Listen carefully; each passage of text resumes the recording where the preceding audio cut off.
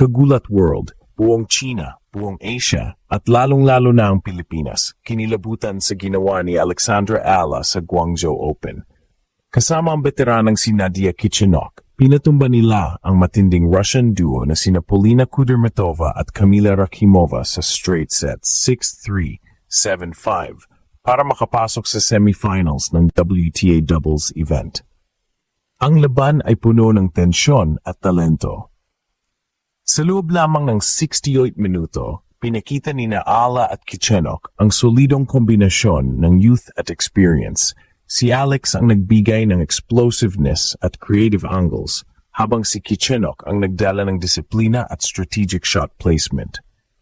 Pagkatapos maunahan sa unang bahagi ng second set, mula ang Pinay Pride, isang 5-0 run ang sumira sa momentum ng mga kalaban at tuluyang sinelyuhan ang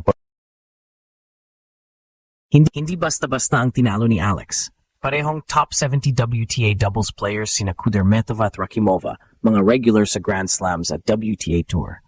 Kaya't ang tagumpay na ito ay tinaguriang major upset sa Guangzhou. Mula sa pagkadismaya sa singles early exit, bumangon si Alex at ginawang inspirasyon ang kanyang pagbabalik, simbolo ng disiplina, resilience at determinasyon ng bagong henerasyon ng Pinay athletes. Ngayon, 2 panalo na lang ang pagitan ni Ala sa muling pag-abot sa WTA final stage. Ang buong tennis community, lalo na sa China, ay nagsimulang magtanong, sino itong Filipina na biglang pumunit sa doubles draw? Pero para sa mga Pilipino, isa lang ang sagot, siya si Alexandra Ala, ang mukha ng bagong pag-asa ng tennis ng bansa. Buong mundo ngayon ay muling ginising ni Alex, hindi lang sa talento, kundi sa tapang. Ginulat niya ang China, ginulat niya ang mundo. At ngayon, papalapit na siya sa kasaysayan. Buong China ay literal na Sa Court 2 ng Guangzhou Open, tumindig ang isang batang Pinay na tila apoy sa ilalim ng pressure.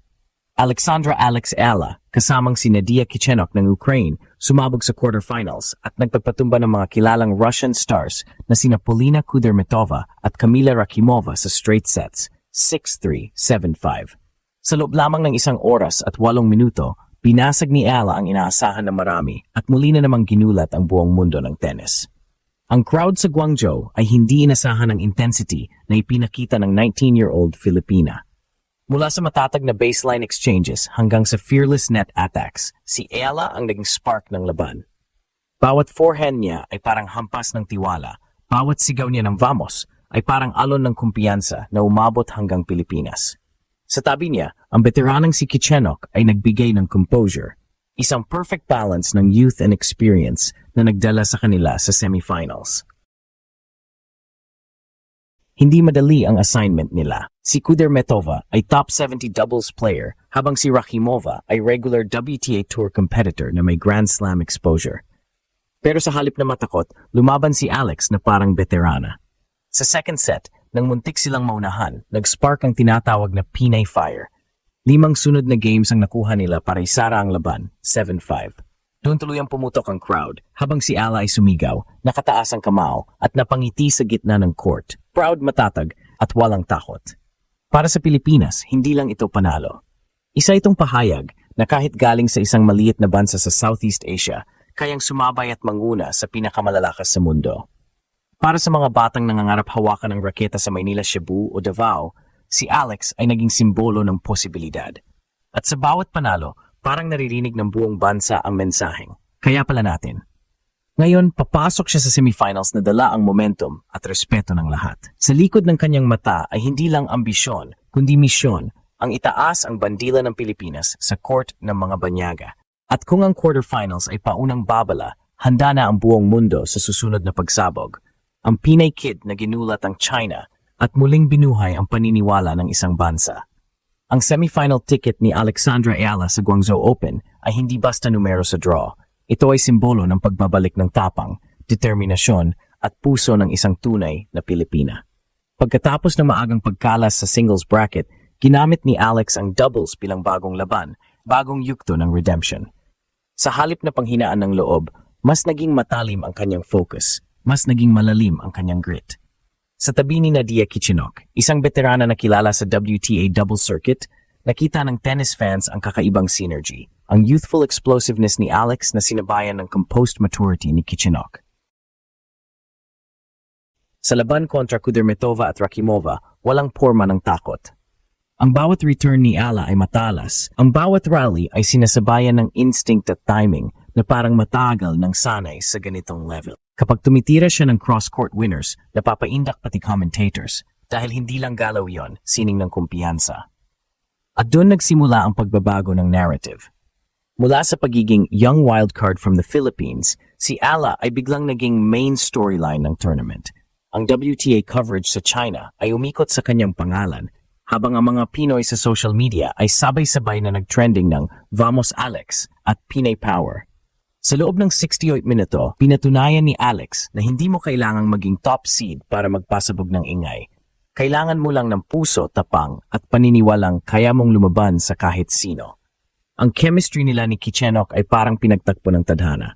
Ang isa, veterana mula sa Ukraine na dumaan na sa lahat ng pressure. Ang isa, batang Filipina na unti-unting hinuhubog ng apoy ng kompetisyon. At sa araw na iyon sa Guangzhou, nagtagpo ang dalawang kwento para lumikha ng bagong kabanata. Isang upset win laban sa dalawang top 70 Russians, isang panalong tumatak sa headlines ng WTA, at isang pangalan, Alexandra Ala, na muling binigkas ng buong Asia. Ngayon, habang naghahanda siya para sa semifinals, ramdam na ramdam ang alon ng suporta. Hindi lang ito laban para sa kanya, ito ay laban ng bawat batang Pilipinong nangangarap sumabak sa world stage. Sa bawat punto, dala ni Alex ang bandila, hindi lang sa kanyang dibdib, kundi sa kanyang puso. At kung ganito kalakas ang Pinay Fire sa quarterfinals, ano pa kaya ang mangyayari kapag dumating na ang semifinals? Buong China, buong WTA, handa na ba kayo sa susunod na pagsabog ni Alexandra Ayala? Habang papalapit ang semifinals ng Guangzhou Open, isang malinaw na mensahe ang naiwan ni Alexandra Ayala, ang Pilipina. Hindi lang kalahok, isa siyang banta. Sa bawat panalo, lumalakas ang kanyang presensya at ang kanyang pangalan ay unti-unting umaalingaw-ngaw sa loob ng WTA circuit. Dalawang panalo na lang, finals higit pa sa karangalan. Dala ni Alex ang simbolo ng pag-asa ng bansa. Mula sa heartbreak sa singles hanggang sa pagsabog sa doubles, pinakita niya ang klase ng resilience na likas sa mga Pinoy. Tahimik pero palaban, mababa ang loob, pero matindi ang loob. Ang buong Guangzhou ay muling makakakita ng apoy, isang batang Pinay na lumalaban para sa kasaysayan. Sa bawat serve, bawat return, at bawat sigaw ng Vamos, dala ni Alex ang tinig ng milyon-milyong Pilipino. Hindi lang siya atleta ngayon, isa na siyang kwento ng pagbangon, ng pag-asa, at ng walang takot na pangarap.